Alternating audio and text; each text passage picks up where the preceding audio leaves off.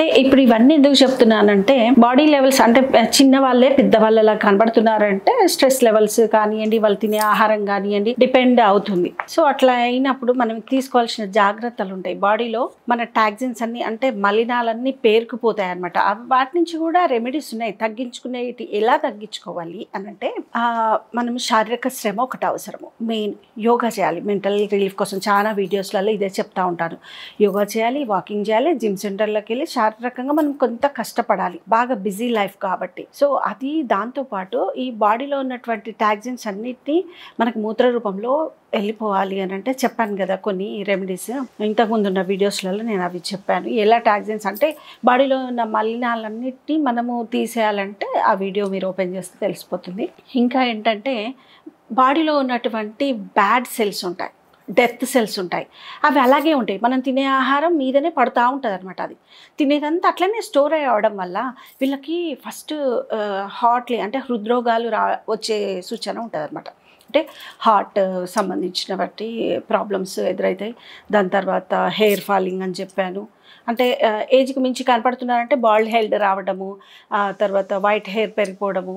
ఇంకా చెప్పాలంటే చర్మం కూడా పొడారిపోతుంటుంది అనమాట. అంటే తేమ అనే శాతం తక్కువైపోయి ఆ చర్మం కూడా ముడతలు పడుతూ ఉంటుంది అనమాట వీళ్ళకి. సో వాళ్ళు ఎలా కనబడతారు, వాళ్ళ ఏజ్కి మించే కనబడతారు. ఇప్పుడు 25 years ఉన్న వాళ్ళు ఒక 40 years లాగా కనబడతారు అనమాట. మనలో ఉన్న లోపాలన్నిటి క్లియర్ చేసుకోవాలనుకుంటే ఫస్ట్ ఈ టాక్సిన్స్ అన్ని బయటికి వెళ్ళిపోవాలి. అప్పుడే మనకి యాంటీ ఏజింగ్ అనేది స్టార్ట్ అవుతుంది అనమాట. అన్నీ క్లియర్ అయిపోయి శారీరక శ్రమ ఉండి చక్కగా మనము తినే హ్యాబిట్స్ కూడా మంచి మంచి అలవాట్లు మనం ఎప్పుడైతే చేసుకుంటామో అప్పుడు యాంటీ ఏజింగ్ అంటారు. అంటే దీన్ని యాక్చువల్గా ఆటోఫాగీ అంటారట.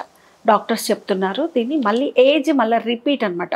పెద్దవాళ్ళు ఇప్పుడు ఒక 40-50 years ఉన్న వాళ్ళు కూడా మళ్ళీ వాళ్ళ ఏమంటారు బ్లడ్ సెల్స్ని రీగ్రోత్ అంటే కొత్త కొత్త బ్లడ్ సెల్స్ని అది ఇంప్రూవ్ చేస్తుంది. ఎట్లా ఇంప్రూవ్ చేస్తుంది అంటే తినే ఆహారం బట్టి.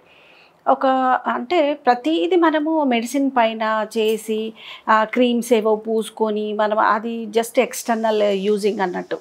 వాటి వల్ల వచ్చే ఉపశమనం ఏముండదు. మనకు ఇంటర్నల్గా ఫుడ్ మంచిది తీసుకోవాలన్నమాట.